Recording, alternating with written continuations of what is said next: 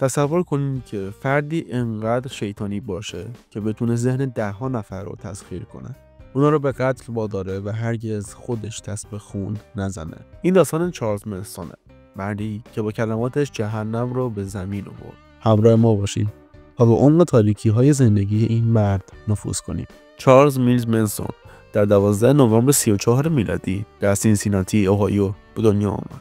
مادرش کاتلین مادوکس یک نوجوان مجرد بود و پدرش کلونل اسکات رو هرگز نشناخت. زندگی منسون از همان ابتدا پر از آشفتگی بود.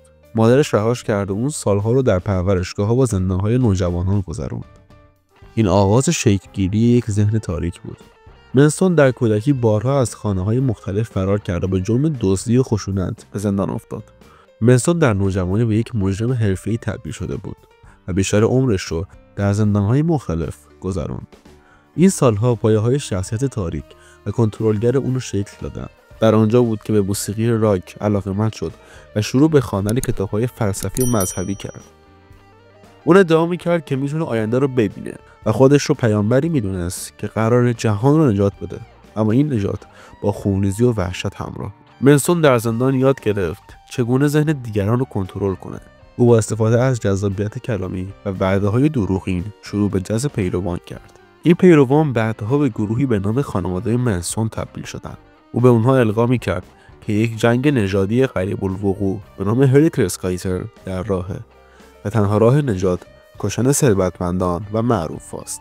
منسون با استفاده از مواد مخدر، موسیقی و جلسه‌های مراقبه ذهن پیروانش رو تسخیر کرد. او به اونها القا می‌کرد که اون پدر روحانیشونه و باید ازش اطاعت کنن. این کنترل ذهن پایه‌های جنایات وحشتناک بعدی رو فراهم کرد. در اواخر دهه 60 منسون و پیروانش در یک مزرعه دورافتاده توی کالیفرنیا زندگی می‌کردند. در آگوست 69 میلادی خانواده منسون به خانه شارون تی، بازیگر مشهور هالیوود، حمله کردند. شارون که 8 ماه باردار بود به همراه 4 نفر دیگه به طرز فجیعی به قتل رسیدند. چند روز بعد خانواده منسون به خانه لینو و روزماری لابیانکا حمله کردند و اونا رو هم به قتل رسوندند. این قتل‌ها باعث وحشت عمومی شد و پلیس رو به شدت تحت فشار قرار داد.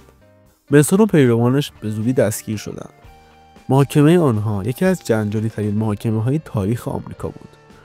منسون توی دادگاه رفتار عجیبی از خودش نشون میداد. از روی پیشونیش علامت ایکس رو حکاکی کرد که بعداً به صلیب تبدیل شد. منسون به اعدام محکوم شد، اما بعد از لغو مجازات اعدام توی کالیفرنیا حکم او به حبس ابد تغییر کرد. منسون تا پایان عمرش در زندان موند و در نوامبر 2017 در 83 سالگی درگذشت.